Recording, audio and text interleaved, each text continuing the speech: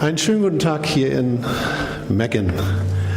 Ich bin hoch erstaunt, dass Sie bei diesem wunderschönen Wetter hier alle im Dunkeln sitzen. Ich habe längst nicht mit so einer Fülle gerechnet angesichts dieses wunderschönen Wetters. Sie müssen sich vorstellen, dass ich aus Norddeutschland komme und da ist es selten so. Ich freue mich, Sie hier begrüßen zu können zu einem Thema, was meinen Alltag ausfüllt, über das ich auch geschrieben habe. Da habe ich Ihnen hier schon das passende Heft zu diesem Thema im Bild. Das können Sie auch erwerben, www.sprangsrade.de, das ist die Homepage, wo Sie sehen, was ich alles geschrieben habe. Das ist der Nachfolger von dem hier, von der Impfentscheidung. Es ist beeindruckend, dass die Mehrheit eindeutig Frauen sind.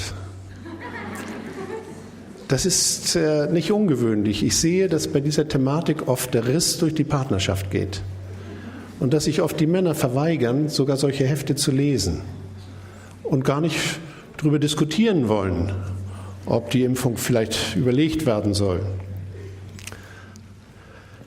Damit beschreibe ich eine emotionale Situation, die damit verbunden ist, dass das Spritzen plausibel nicht nur wehtut, sondern auch Folgen hinterlässt.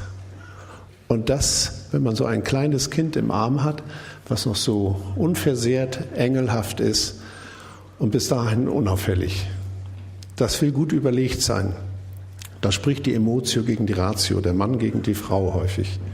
Es ist leider so. Insofern habe ich es einfacher, weil ich bin von meiner beruflichen Ausbildung her Gynäkologe. Das heißt, ich habe immer gleich die richtigen Ansprechpartnerinnen.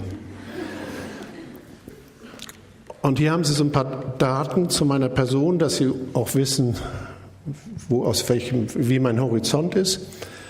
Ich komme aus einer Ärztefamilie, das heißt, ich habe lange gebraucht, bis ich dieses Thema verstanden und in Konsequenz umgesetzt habe, auf Impfung zu verzichten. Ich habe eine Kassenpraxis in Deutschland seit 1983 und als Gynäkologe von Anfang an mit der Homöopathie beschäftigt. Das heißt, ich bin in die Allgemeinmedizin gegangen. Habe aber trotzdem Schwangerschaften betreut, 15 Jahre Hausgeburten begleitet und natürlich die Kinder wurden mir anschließend präsentiert. Die Gesunderhaltung in der Schwangerschaft sollte also in der Kindheit fortgesetzt werden. Und so bin ich de facto in eine kinderärztliche Betreuungsfunktion geraten, seit nunmehr 25 Jahren Praxis.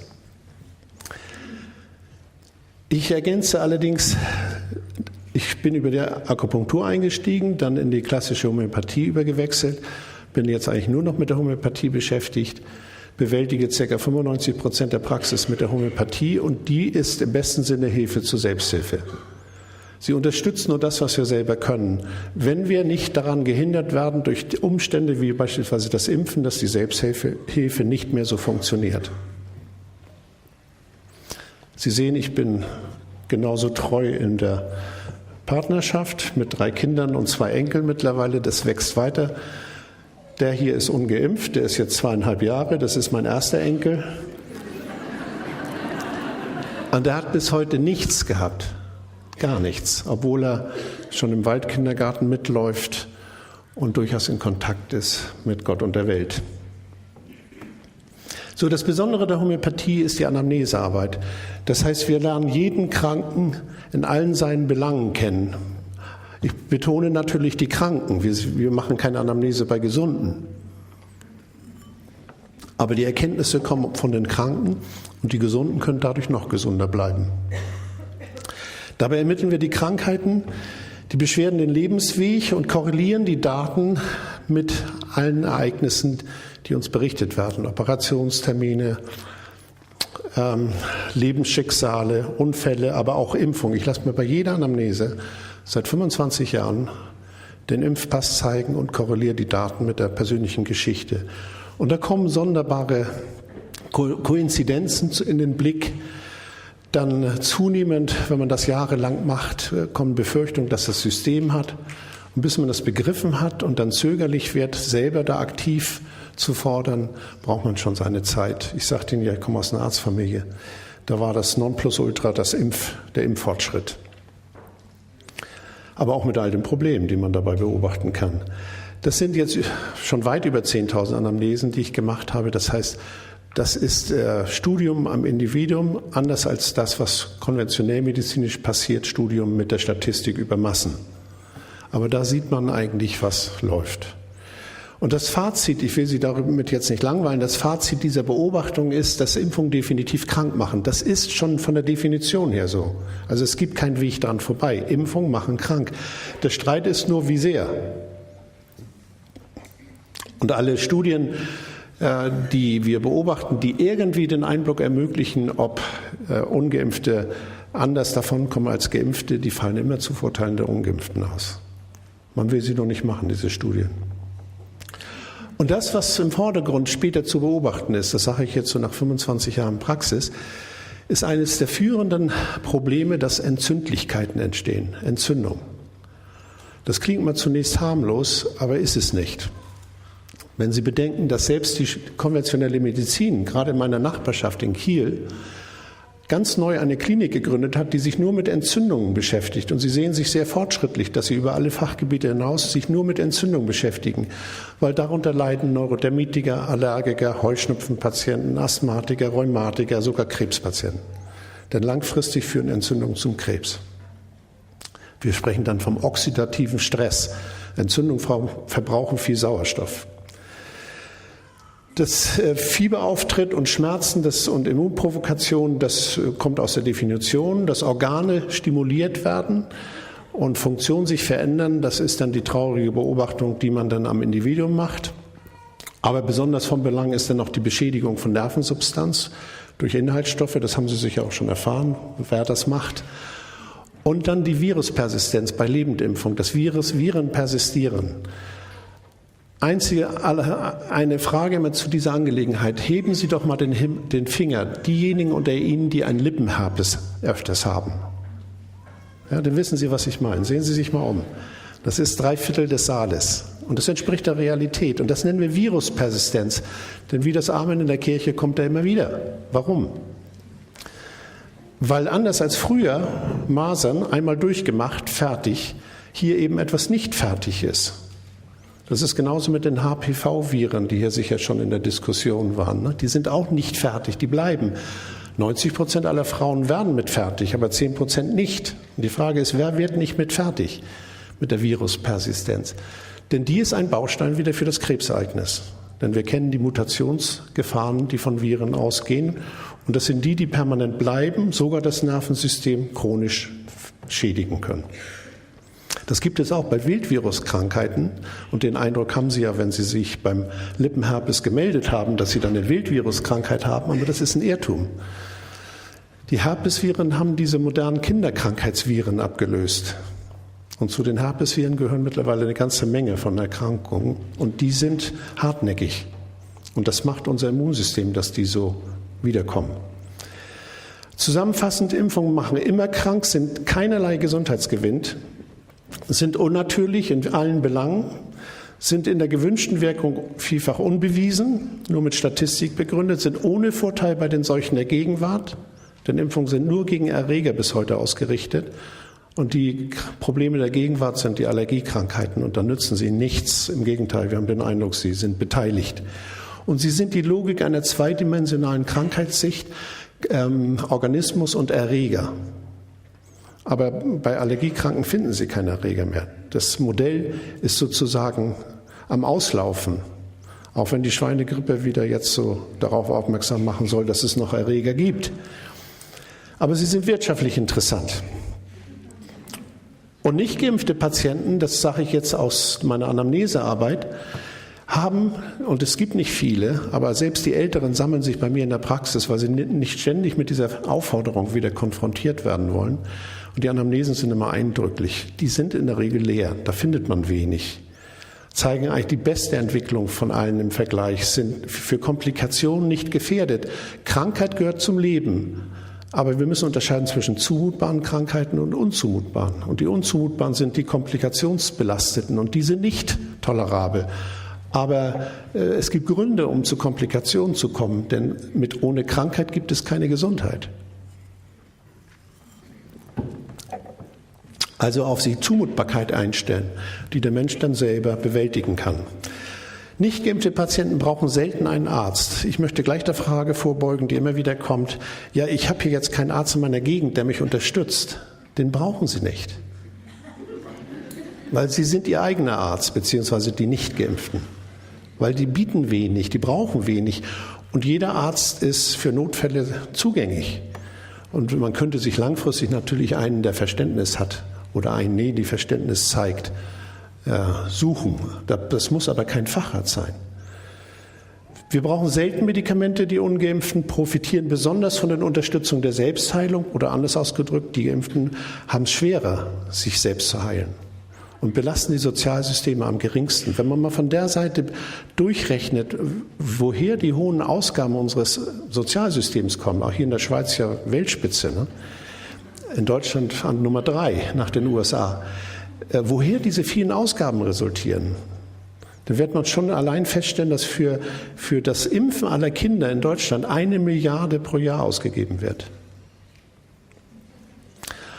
Und es gibt diese Salzburger Eltern-Kind-Studie, die können Sie hier unter www.impfkritik nachsehen, da sieht man die Berichte von ungeimpften Kindern und das ist eindrücklich. Das ist nicht normal, was Sie da sehen, weil die Normalität ist eine kranke Normalität. Und da sehen Sie, wie die echte Normalität ist. Die haben ein ganz anderes Spektrum von Krankheiten mit anderen Komplikationen. Und es gibt diese Dauerempörung, die wir als Impfkritiker natürlich anführen, ist, dass man niemals sich bemüht hat, Langzeitstudien zu erstellen von Geimpften gegen Ungeimpfte. Es gibt genügend Ungeimpfte, die sich zur Verfügung stellen, aber man will es gar nicht wissen. Und solange diese Frage nicht beantwortet ist, diskutiert man aneinander vorbei. Pro- und Kontradiskussionen sind unsinnig, weil sie nur emotional geführt werden. Weil hier könnte man ja klären, wie der Nachteil am Ende aussehen würde. Und wenn die Studien durchgeführt werden, ich habe da 2-mal so erwähnt, einen aus Indien, einen aus Guinea-Bissau, dann waren sie immer eine Katastrophe für die Geimpften. Also die sind mehr unfreiwillig gemacht worden. Und das sind so die Probleme der Gegenwart. Ich will das nur ganz kurz anzeigen, das kennen Sie alle, weil Sie sehen es bei sich zu Hause häufig. Jedes 3. Kind hat heute Neurodermitis, jedes 2. ist schon Allergiker von Geburt an, weil das sich genetisch vervielfältigt. Jedes 10. Kind, und das heißt inzwischen schon noch häufiger, hat bis zur Einschulung Asthma, dann gibt es die Darmerkrankung, Rheuma. Also, und dann kommt die Fettsucht, das ist beileibe kein alleiniges Ernährungsproblem, sondern hat was mit Stimulation zu tun. Das habe ich vorhin ja erwähnt, ein typischer Impfeffekt. Also Impfung spielt eine Rolle bei Übergewicht. Lern- und Konzentrationsstörung, Depression, Krebstod, also das ist eine schreckliche Palette, mit der wir in der Praxis konfrontiert werden. Und dann fallen die Allergien. Man braucht ja sich nur anschauen, welche Substanzen in Impfpräparaten haben denn die Potenz, Allergien in Gang zu bringen, sie anzuschieben. Und wenn man spritzt, ist man effektiver, als wenn man isst oder einatmet. Da haben wir ja Schleimhäute, die uns noch in Grenzen schützen. Und die Inhaltsstoffe der Impfung, die Allergien auslösen können, sehen Sie hier aufgelistet. Und vor allen Dingen, wenn man dann den impftechnischen Begriff Boostern immer wieder hört, auffrischen, das klingt ja so wie in die Sommerfrische fahren. Also noch fitter werden durch die Impfung.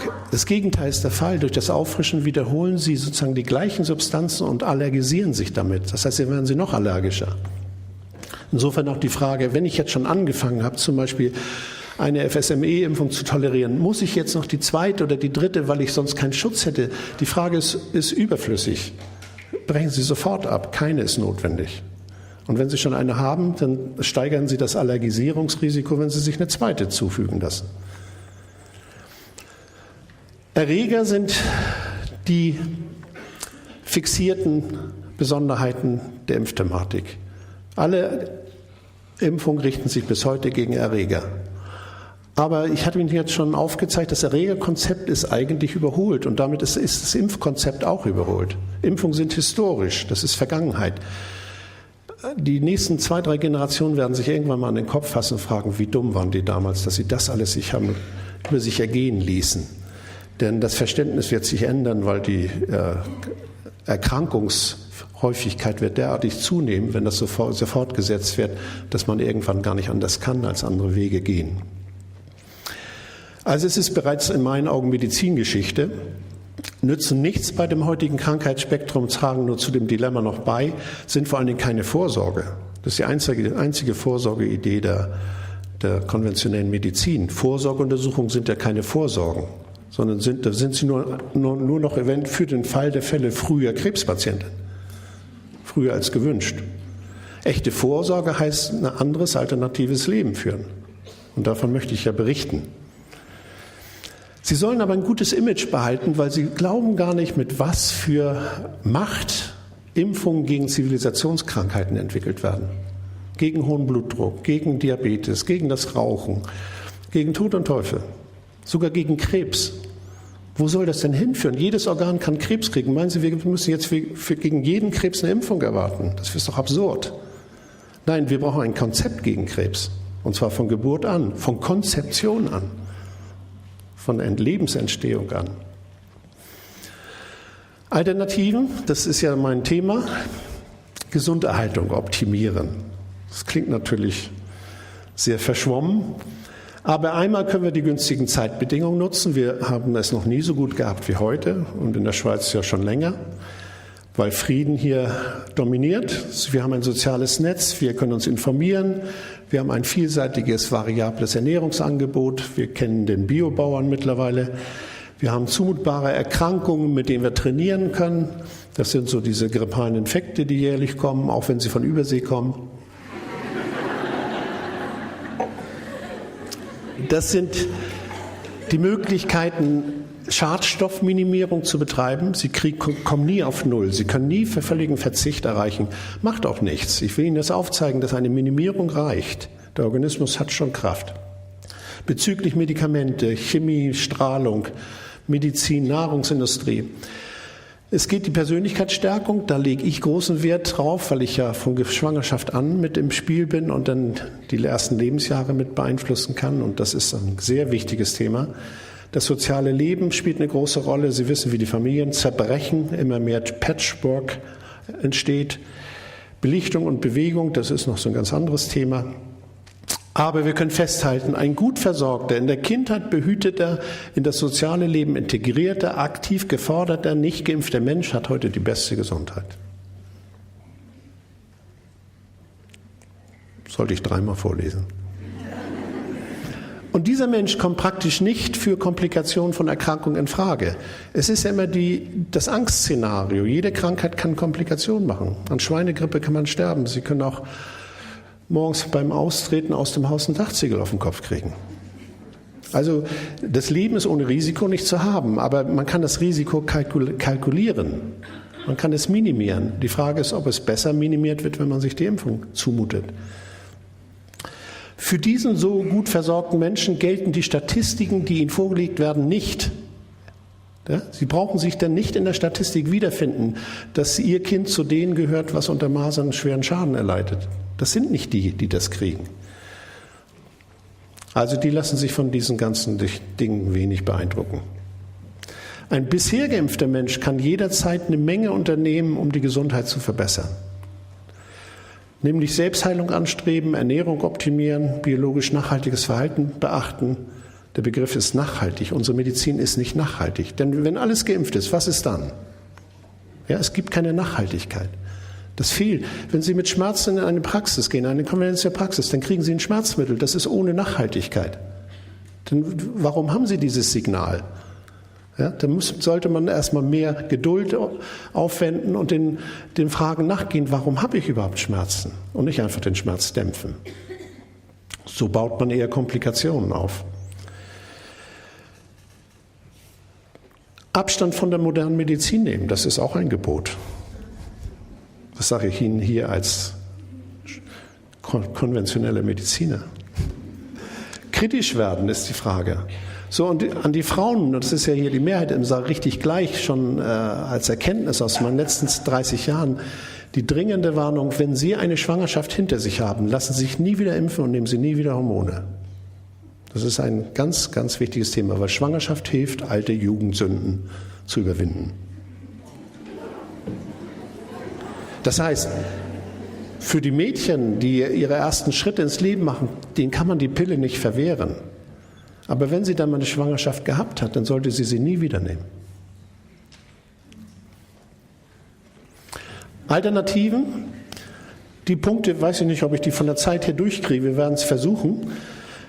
Punkt 1, der wichtigste, völliger Impfverzicht.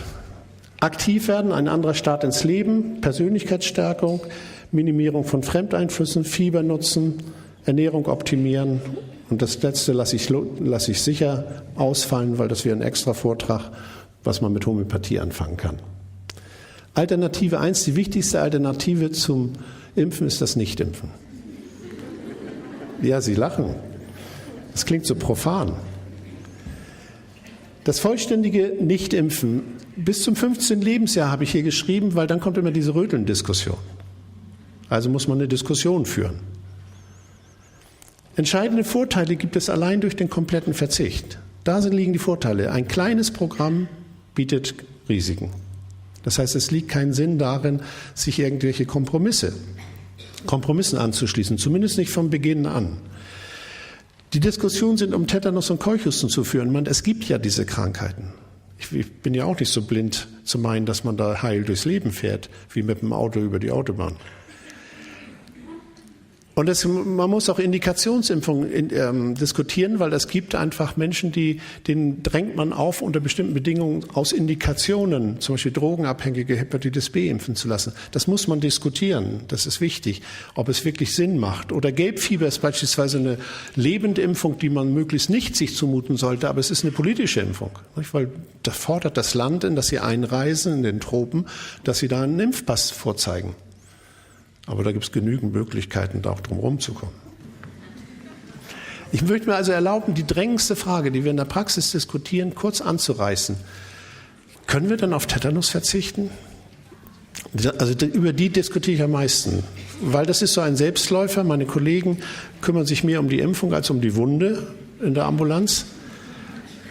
Und man hat so unglaubliche Schwierigkeiten, sich dem zu entziehen. Denn wenn Sie sich hinstellen und sagen, nein, ich bin Impfgegner, dann verlassen Sie die Klinik nicht ungeimpft. Weil da wird so ein Drohszenario entwickelt, da muss man ganz schön starkes Rückgrat haben. Es gibt plausible Möglichkeiten zu sagen, da brauchen Sie nicht drum kümmern, das ist gerade geschehen oder das kläre ich mit dem Hausarzt, wer auch immer das ist. Weil die Verantwortung liegt ja bei Ihnen selbst, denn derjenige, der Sie impft, trägt keine Verantwortung. Wenn Sie dann Tage später mit Herzrhythmusstörungen wieder in die Notfallambulanz kommen, dann fragt man Sie nicht nach der Tetanusimpfung oder wer sie gemacht hat. Das interessiert nicht. Aber genau das kann passieren.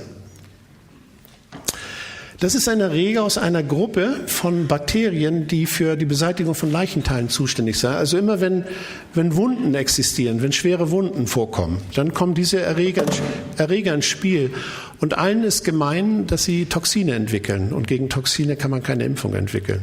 Sie können sich auch nicht gegen Knollenblätterpilz impfen lassen oder gegen Schlangengift. Das geht nicht. Und diese Bakterien bilden Sporen, vermehren sich unter Sauerstoffmangel, anaerob. Aber man weiß nicht so recht, wie die Toxine überhaupt entstehen. Es können auch ganz andere sein, die den Tetanus machen, die man dann Tetanospasmin und Tetanolysin nennt, weil die dann die Nerven angreifen oder das Blut. In jedem Fall beobachtet man, dass es keine Ansteckung gibt, dass es keine Epidemien gibt, dass das keine soziale Impfung ist. Niemand hat Vorteile davon, wenn Sie das machen lassen. Und vor allen Dingen das schlagende Argument gegen diese Impfung ist, wenn Sie einmal einen Tetanus überstanden haben, was wahrscheinlich keiner von Ihnen hier im Saal jemals erleben wird, weil das ist sehr, sehr selten, dann können Sie es 4 Wochen später wieder kriegen. Und so arbeitet nicht unser Immunsystem. Das heißt, da sind so viele Fragen und unlogische Zusammenhänge, dass wir also davon ausgehen können, es gibt durch die Tetanusimpfung keinen Immunschutz, es gibt auch durch die Krankheit keinen Immunschutz, es ist eine Toxingeschichte, aber wir müssen uns mit Tetanus beschäftigen, weil das gibt es einfach. Die Sterblichkeit, sehen Sie, ist bei Neugeborenen am höchsten. Es gab eine Zeit, da hat man in Indien den Neugeborenen den Mist der heiligen Kühe auf dem Nabel nach der Geburt getan. Da fassen wir uns am Kopf und sagen, was für ein Wahnsinn, da sind wie im Pferdemist die Erreger drin und die sterben dann wie die Fliegen an Tetanus. Und das Argument war, ja, wer das übersteht, ist für Indien fit. Aber wir sind ja nicht in Indien. Und die Kinderzahl ist ja so gering, dass jedes am Leben erhalten werden muss. Und Sie sehen, sobald das Kind aus dieser ersten Krisenzeit raus ist, liegt die Sterblichkeit schon bei 1%. Das ist also sehr gering. und steigt dann mit dem Alter, und das hängt mit Umständen der Durchblutung zusammen. In einem gesunden Gewebe, ich hatte sogar eine Pharmafirma geschrieben, gibt es praktisch keinen Tetanus. Und das Durchschnittsalter der Todesfälle in Deutschland liegt über dem 70. Lebensjahr, und seit 1980 gab es kein Kind mehr, was unter 15 zu Schaden kam durch Tetanus. Und in den USA auch nicht. Jetzt kommt natürlich das Argument, ja, die werden ja alle geimpft.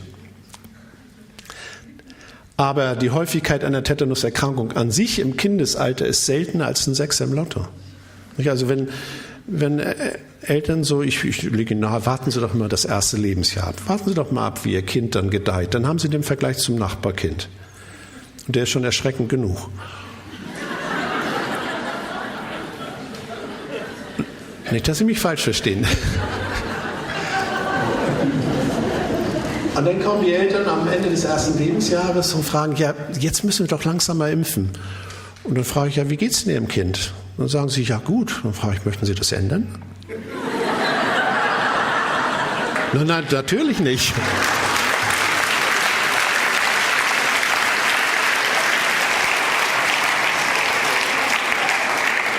Also keine Verdauungsmüdigkeit.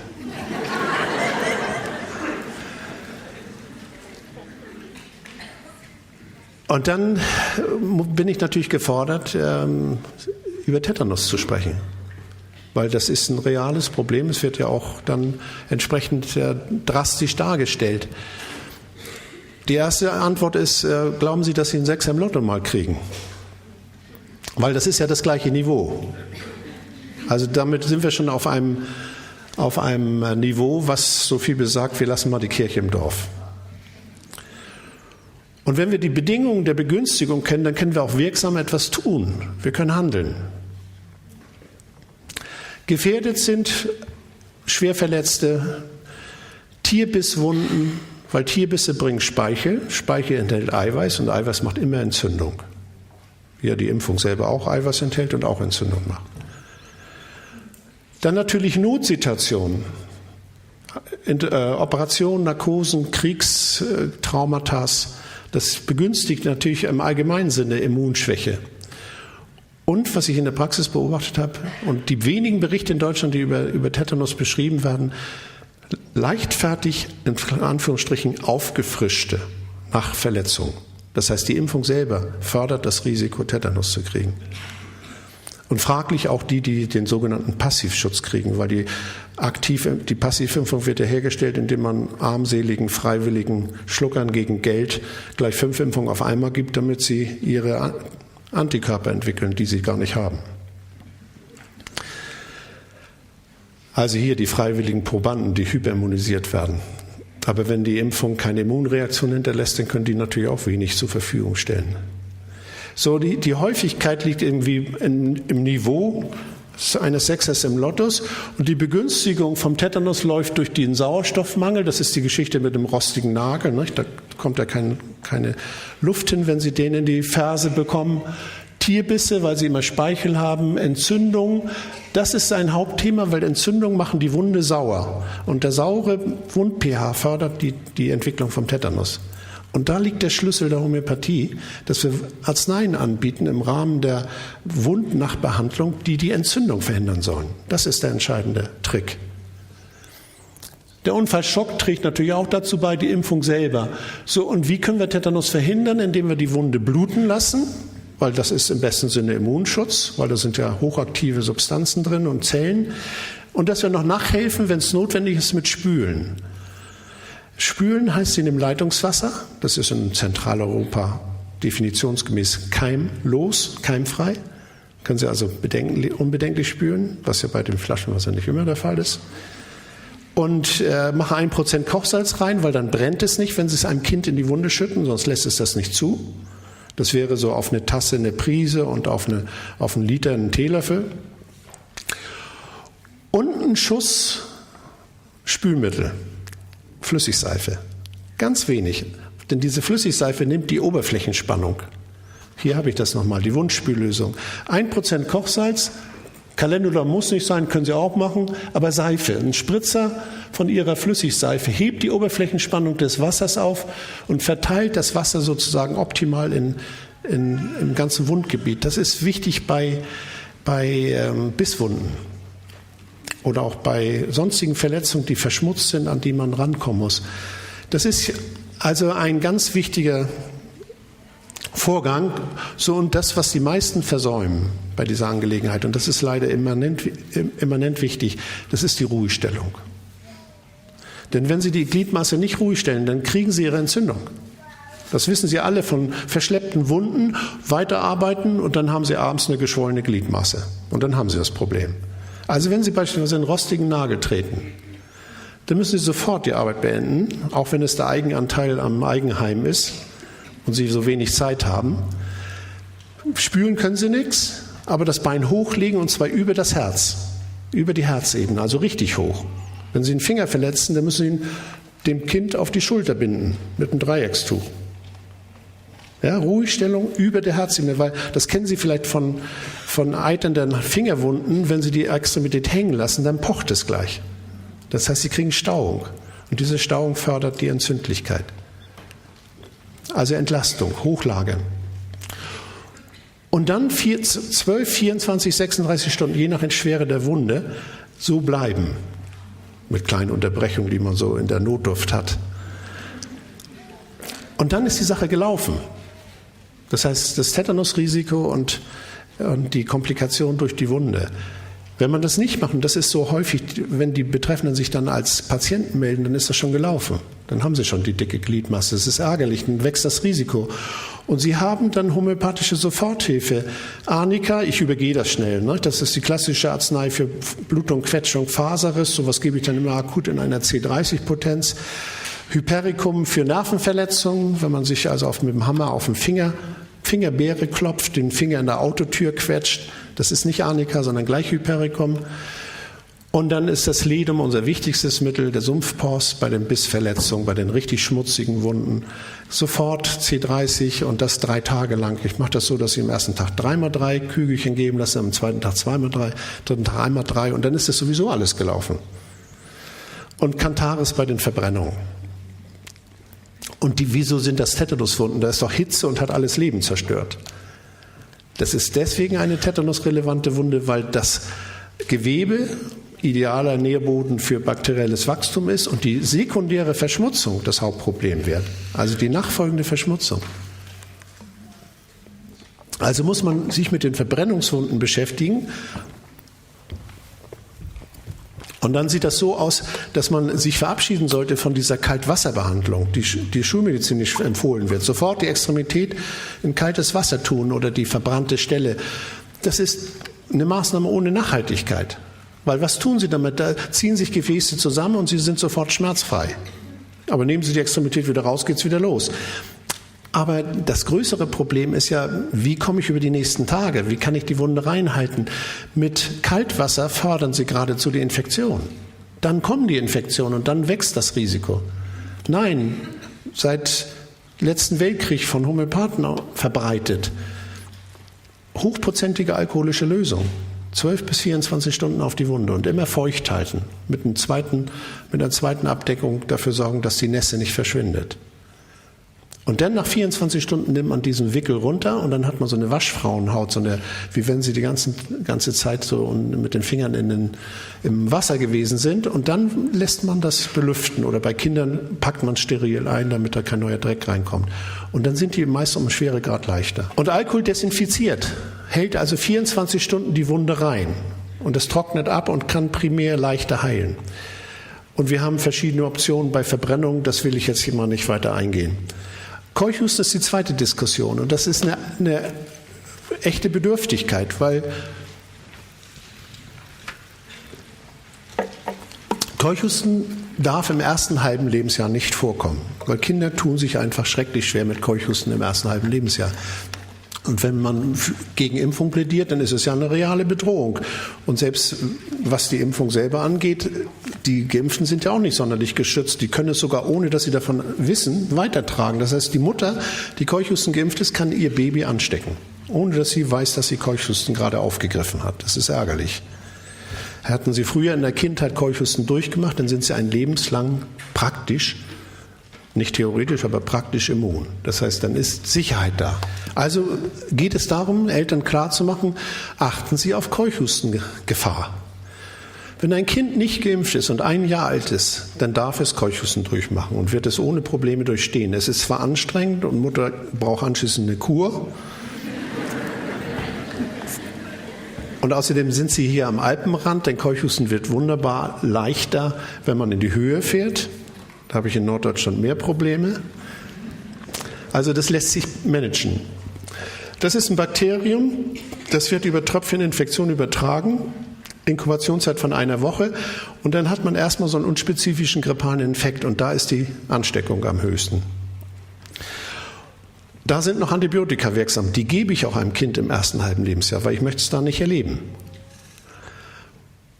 Und ansteckend ist dieses Kind dann noch eine Woche. Das heißt, es ist 14 Tage ansteckend. Man sagt Sicherheitsabstand 3 Wochen. Also legt man noch eine Woche oben drauf. Das heißt, wenn das Kind so typisch keuchhustenmäßig hustet, nachts mit Anfällen im Crescendo-Charakter, wie in der Musik, ne, steigend bis zum Gipfel, und dann zum Schluss die Zunge vorbringt, und dann kommt das diagnostische Kriterium,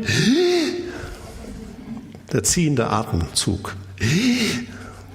Den bringen wir Eltern manchmal so auf Tonband mitgeschnitten, weil tagsüber kann der fehlen. Und dann müssen Sie wissen, dass es keine Hilfestellung mehr von der Medizin gibt, weil die Bakterien schädigen die Bronchien sind erodiert und von dort geht der frustrane Hustenreiz aus, der keine Lösung bringt, weil man einfach die Bronchien dann nicht raushusten kann, obwohl das manchmal so den Eindruck macht. Und das Ganze ist eine T-Zell-Immun erfordernde Angelegenheit. T von der Thymusdrüse, zellulär gebundene Abwehr. Die Mutter gibt keinen Nestschutz. Das heißt, der Stillen bietet dem Kind keinen Schutz. Das ist das gleiche Thema bei der Tuberkulose. Und Keuchhusten ist eine, wir sagen, tuberkulinische Krankheit. Vor dem Hintergrund muss die Mutter achtsam sein. Der typische Verlauf, das aus einem schwach grippalen Verlauf über Nacht, vor allen Dingen immer mehr um Mitternacht und nach Mitternacht diese typischen Hustenanfälle entstehen, die dann zum Schluss mit diesem seufzenden, tiefen Atemzug enden. Und das ist das Diagnosekriterium, weil im Blut sieht man wenig, die Antikörper sind noch negativ, man hat dann noch überhaupt keinen laborchemischen Hinweis. Und normal ist der Verlauf 6 Wochen. Das ist normal. Bei einem Kind, was über 1 Jahr ist. Und wer von Ihnen als Erwachsener kann 6 Wochen aus dem Betrieb fehlen? Da ist die Frustrationsgrenze anders. Von daher ist da die Bereitschaft, Kinderkrankheiten im Erwachsenenalter durchzumachen, nicht mehr so hoch. Aber können Sie durchaus. Wenn Sie Ihre Gesundheit pflegen, sind Sie nicht mehr gefährdet. Und gefährlich ist es bis zum 7. Monat, unproblematisch im 2. Lebensjahr. Kein Stillschutz, Ansteckung geht nur über Anhusten. Das ist interessant, das müssen Stillende wissen. Also jedes Kind, was schon länger als eine Woche in ihrer Umgebung hustet, ist potenziell ein Keuchhustenkind. Auch wenn es das nicht hat, aber die Mutter muss davon ausgehen. Also lädt sie die nicht ein und beim Einkaufen könnte sie eventuell einfach eine Windel über den Kinderwagen tun. Das geht auch schon. Weil diese Tröpfcheninfektionen werden davon abgehalten. Bei Viren ist es anders. Der Mundschutz nützt gar nichts. Das ist nur Alibi. Sieht schön aus, aber nützt nichts. Bei Bakterien nützt das was. Und jede schulmedizinische Maßnahme außer Antibiotika in der ersten Lebenswoche ist sinnlos. Also diese Routine, gleich mit Hustenmitteln zu operieren, mit Hustendämpfer, wenn das geschieht, dann verschlechtert sich der ganze Verlauf. Also die Alternative ist, möglichst davon die Finger lassen. Sinnvoll ist die Höhenluft und Drosera, der Sonnentau, homöopathisch, das Mittel. Das ist so die einzige fleischfressende Pflanze Zentraleuropas, kommt so auf moorigem Gelände vor. Und ich hatte dann diese Fortsätze und da oben so ein Tröpfchen drauf, ne, wie wenn der Tau, die feucht ist, aber das ist Schleim. Und wenn dann ein Sekt kommt, dann klebt es fest und dann schlagen sich die Glieder ein und dann verdaut die Pflanze, weil das ist eine Pflanze, die auf Böden wächst, die nichts hergeben. Also muss sie die Nahrung aus der Luft holen. Das ist faszinierend. Und diese Pflanze ist unser Keuchhustenmittel. Das Wichtigste, was ein Laie auch schon geben kann, wenn dieses Husten mit dem stattfindet. Und sogar wenn es in der Umgebung ist, kann man es prophylaktisch ausnahmsweise auch mal dem eigenen Säugling geben. Und wenn es dann kommt, dann hat man schon Vorteile. Auffällig ist kaum Auswurf, hochrotes Gesicht und nachts im Liegen. Alles besser tagsüber. Und das ist die zweite wichtige Arznei. Das ist auf den Opuntien hier so diese weißen Flecken. Das ist eine Laus, die Kokillenlaus. Und diese Kokillenlaus bietet uns ein Keuchhustenbild mit Spaghetti-Schleim. Das gleiche wie bei Grosera, nur da ist ganz viel Schleim. Und dann hat man den Einstich oft schon. Und wenn man dann homöopathisch diese Maßnahme gibt, das wissen wir seit über 200 Jahren, dass das uns nützt, dann ist der Verlauf sozusagen so derartig, dass er auch 6 Wochen geht, aber die Vitalität bleibt gut. Man hält es aus. Und das ist das Entscheidende, dass die Komplikationen nicht kommen. Und wenn Sie in so eine Situation kommen, dann geben wir es einmal und warten eine ganze Woche. Das heißt, wir geben das nicht jeden Tag. Einmal eine ganze Woche und dann schaut man, wie die Vitalität ist. Also das ist ja nur ein Vorgehen, was eine Rechtfertigung sucht zu den Standards. Aber diese Standards sind ja nicht aufrecht zu halten, habe ich ja aufgezeigt. Und wenn man davon ausgeht, dass die Standards ein Irrtum darstellen, ein medizinischer Irrtum, und dass man ohne Tetanusimpfung kein größeres Risiko hat, sondern sogar ein geringeres, dann braucht man es auch nicht im Unfall leisten. Es wäre leichtfertig, wenn ich nicht für Tetanusschutz sorgen würde in den gesunden Zeiten, weil ja die Verletzung irgendwann ungeplant kommt und dann sollte er ja da sein. Aber Kinder, die man in Afrika untersucht hatte, die nie Tetanusimpfung gekriegt hatten, die hatten Antikörper, wie sie im Labor gemessen werden. Also die hatten aus schulmedizinischer Sicht Schutz. Wenn das so funktioniere, dann kann man ja wunderbar auf die Impfung verzichten. Wir sagen ja, sie nützt nichts, sie wirkt nicht, aber wir haben andere Möglichkeiten, im Verletzungsfalle Unterstützung zu geben. Das Tetanusrisiko bleibt. Das wird nur mit der Impfung höher. Das ist ja die Stellung. Und wenn die Betreffenden dann zweimal geimpft sind, damit sie vielleicht in Unfallsituationen sich mit einem aktuell wohl ausreichenden Impfschutz präsentieren können, dann beschreibt es ja die ganze Unsicherheit auf diesem Gebiet. Nicht? Und dass es ratsamer wäre, dann mit der Notlüge zu operieren, damit man die entlastet von ihren juristischen Bürden. Denn darum geht es nur. Es geht nur um juristische Fragen. Es geht um Selbstverantwortung. Deswegen ist der zweite Punkt jetzt wichtig. Diejenigen, die auf Impfung verzichten, müssen aktiv werden. Das heißt, sich um sich selber kümmern. Weil was das nicht um sich selber kümmern heißt, das erfahren Sie ja. Das ist das Konventionelle. Das ist vorgesehen. Sich selber kümmern heißt, man muss sich informieren, man muss die Initiative für sich ergreifen, Selbstverantwortung erkennen und tragen, Abwehr gegen unlautere und einseitige Impfnötigung abfedern, die ja ständig geschehen. Alternativ denken und planen, und zwar mit Nachhaltigkeit. Und alle biologischen Möglichkeiten nutzen und optimieren. Und wie gesagt, das war ja noch nie so günstig wie heute. Wir haben Impfnötigung, das stelle ich jetzt einfach mal so im Raum. Das ist planmäßig, das ist beabsichtigt.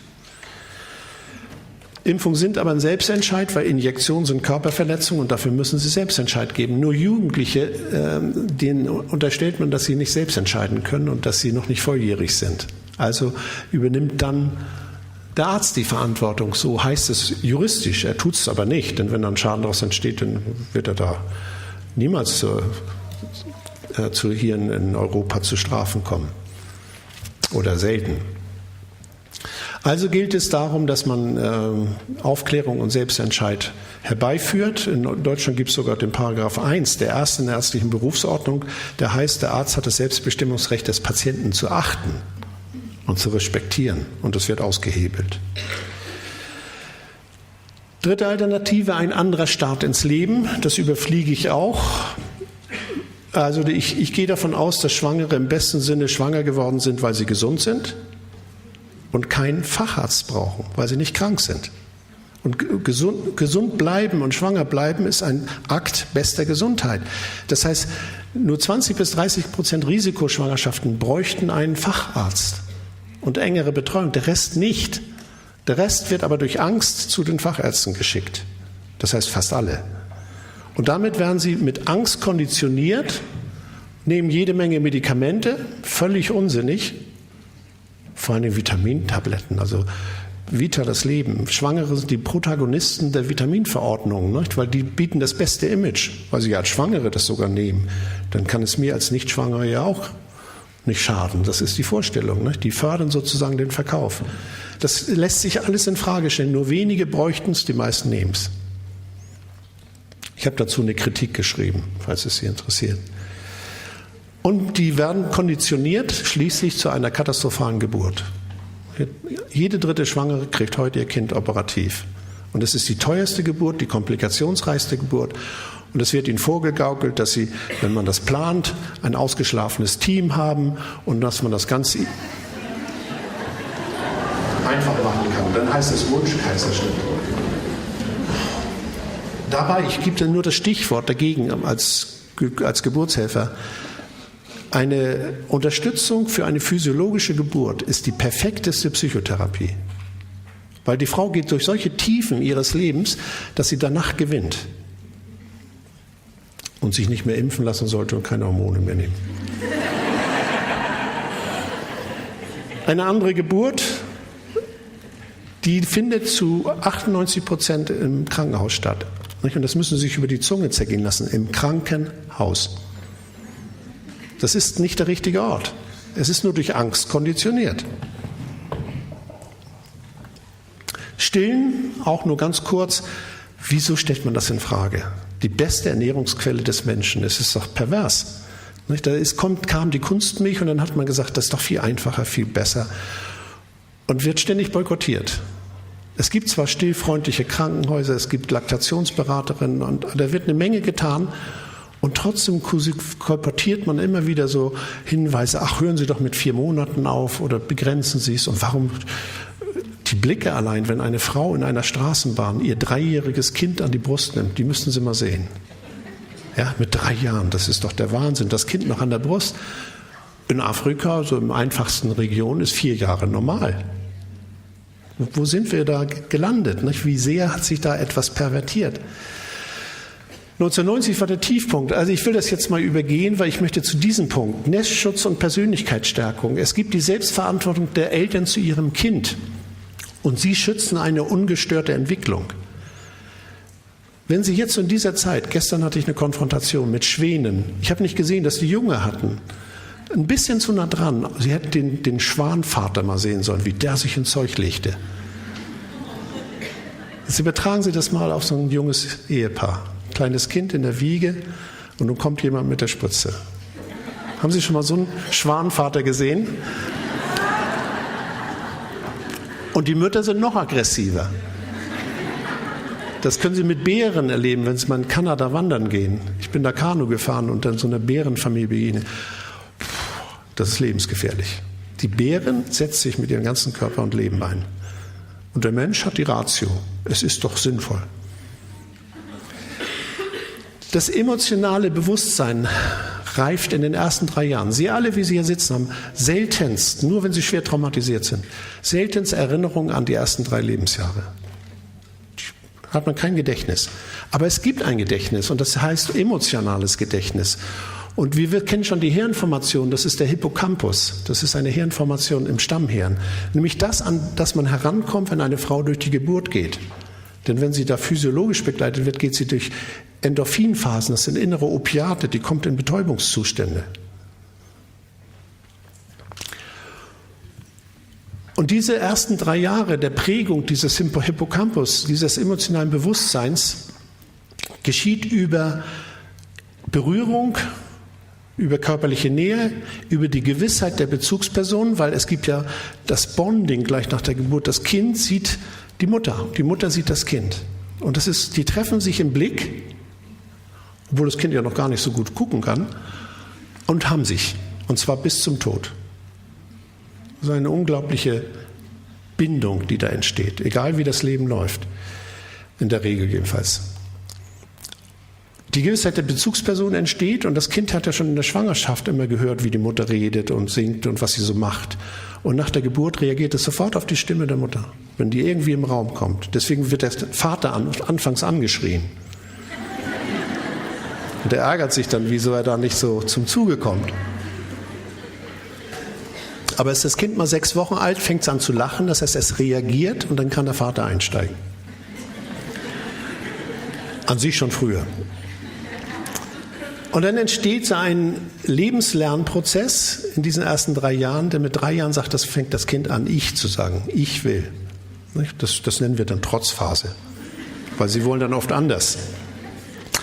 Und der Witz ist, in diesen ersten 3 Lebensjahren stecken die Wurzeln für die chronischen Krankheiten des späteren Lebens. Stichwort Nachhaltigkeit. Wie nachhaltig verhalten wir uns in der Phase? Körperliche Nähe und Anwesenheit sind entscheidende Bedingungen der ersten Kinderjahre für die Prägung dieses emotionalen Bewusstseins. Und das geschieht über Stillen, über den Nestschutz, damit meine ich nicht nur die Brust, sondern das ganze Zuhause. Die enge Betreuung bis zum 4. Lebensjahr. Und das bedingt eine gute Widerstandsentwicklung und eine starke Persönlichkeitsförderung. Denn Sie werden später immer wieder hören, chronische Krankheiten stecken oft in Verbindung mit einer schwachen Persönlichkeit.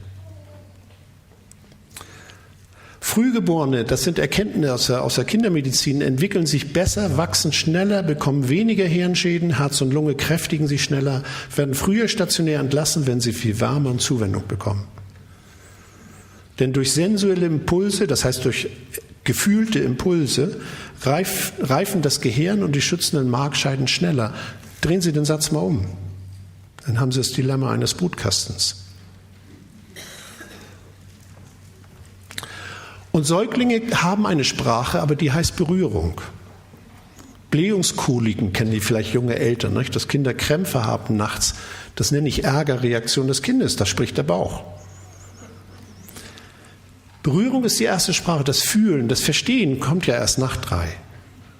Manchmal auch schon früher, wenn sie nicht geimpft sind. Ja, weil die Beeinträchtigung des Nervensystems ist ein Manko, ein Handicap.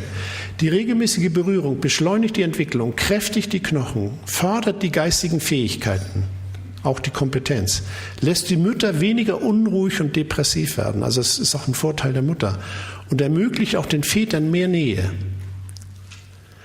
Und es hat die Neurowissenschaft festgestellt, dass die neuronale Verschaltung im Gehirn unmittelbar mit der erfahrenen Sozialisation zusammenhängt, die in den ersten 3 bis 4 Lebensjahren stattfindet.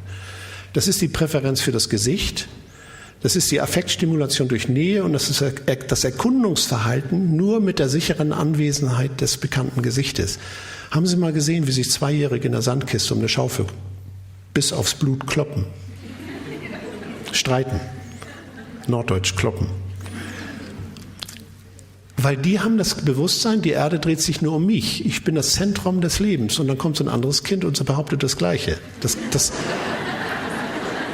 Das funktioniert nicht. Das heißt, Eltern sollten Kinder aus diesem Dilemma rausholen. Nicht dann diskutieren, sagen, gib doch mal die Schaufel ab oder Sozialverhalten zu lernen. Das ist unsinnig. Das kann das Kind in dem Alter zwar schon leisten. In Frankreich kommen sie schon ganz früh in die Krippen und die Mutter geht arbeiten. Aber es ist verschenkte Lebenszeit. Denn das können sie nie wieder gut machen, was in den ersten 3 Jahren geschieht. Da habe ich schon bittere Kommentare dann gehört. Sie wenden sich hier gegen die Fortschritte, die die Frauen bisher erworben haben, dass sie eben nicht am Haus und Herd und so bleiben, sondern früh wieder arbeiten gehen können. Das ist ja auch in Ordnung. Das kann ja auch der Mann machen. Das muss ja nicht die Frau. Aber es ist die Präferenz des gleichen Gesichtes. Das kann auch eine Pflegemutter leisten, aber die sollte nicht ständig wechseln. Aber die ersten 3 Jahre, das ist mein sicher wichtigster Rat heute und hier, sollten die Eltern nicht aus der Hand geben. Das ist unklug. Danach kommen die anderen Pädagogen. Nach 3, nach 4. Wir sagen Kindergartenreife mit 4. Dass das vorgedreht wird, hat wirtschaftliche Hintergründe. Aber aus der Sicht des Kindes ist es bedrohlich. 90% der Prozesse im Gehirn laufen unbewusst ab. Ich möchte Ihnen jetzt etwas aus meinem Erkenntnissen dazu präsentieren.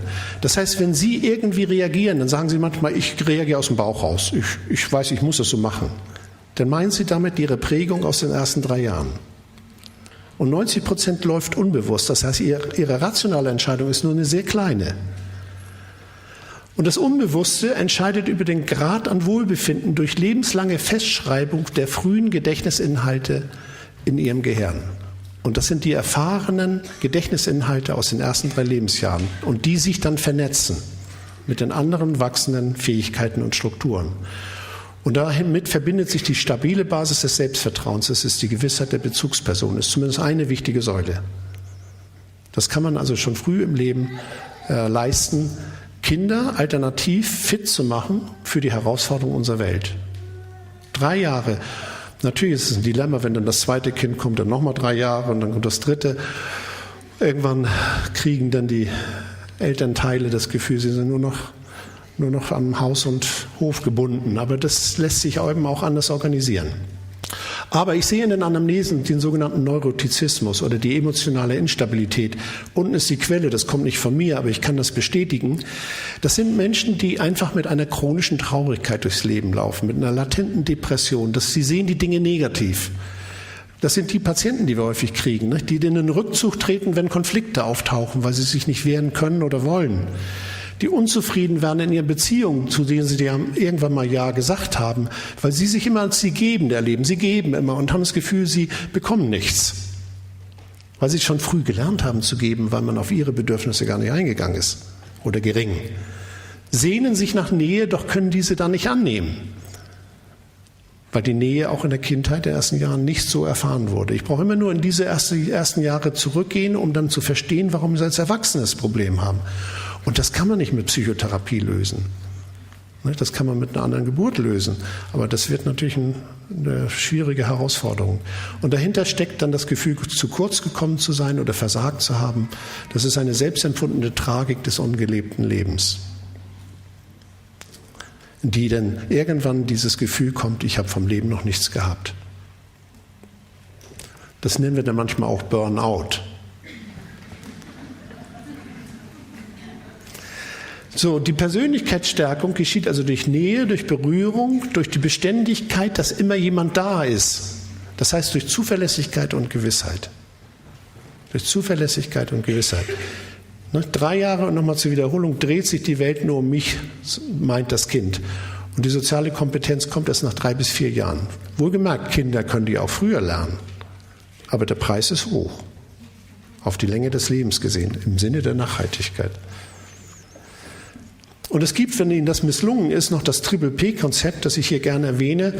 Das kommt aus dem angloamerikanischen Raum für die schwierigen Kinder, für die schwierigen Personen in der Pädagogik, die dann immer wieder Eltern darauf aufmerksam machen, es gibt 3 ganz klare Säulen, die Kinder in der Beziehung benötigen. Das ist die Liebe und Wärme und Umarmung. Denken Sie mal zurück an die ersten 3 Lebensjahre. Die brauchen es also später auch noch. Die Positivverstärkung, dass man Kindern, wenn sie was gemacht haben, was gebastelt, was geklebt, das hast du schön gemacht, das ist Rückenwind für die Persönlichkeit. Dass man zuhört, man braucht ein Kind nicht den ganzen Tag zuhören. Manche Kinder hören ja gar nicht auf zu reden, man muss nicht immer zuhören, aber es gibt entscheidende Momente, da sollte man da sein. Auch der Vater, der den ganzen Tag arbeitet, abends müde nach Hause kommt.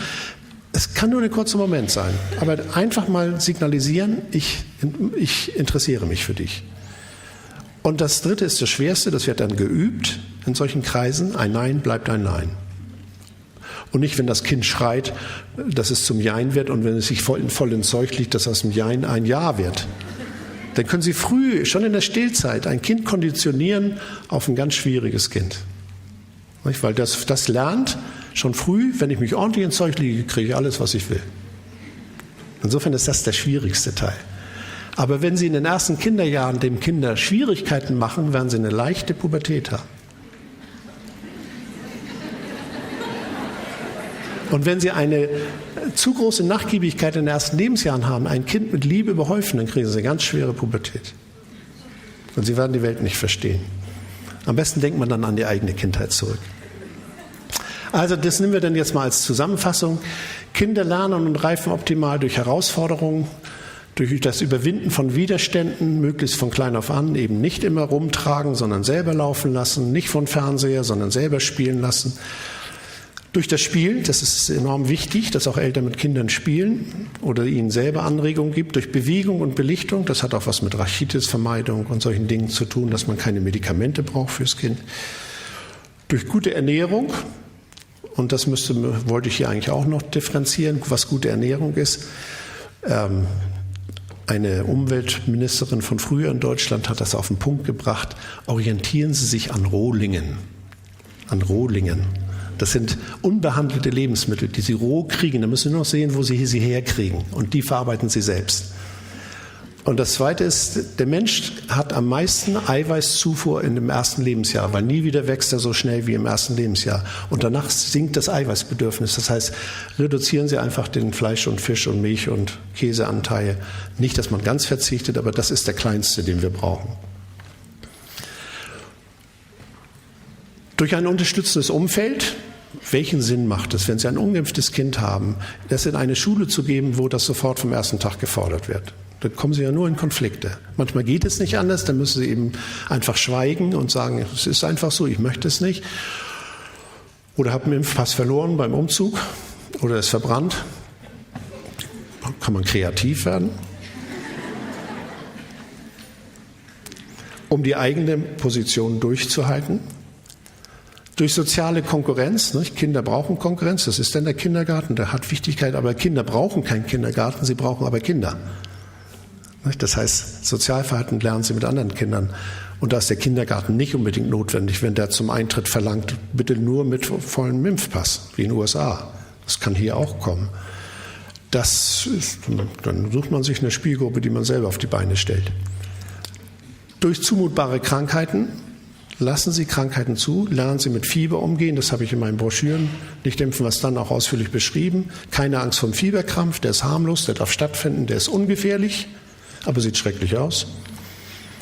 Und wenn Sie dazu bereit sind, die Kinder, denn wann wollen Kinder krank werden? Das ist eine ganz interessante Frage in der Praxis. Nicht einfach, wenn die Epidemie kommt. Da nehmen nur wenige teil.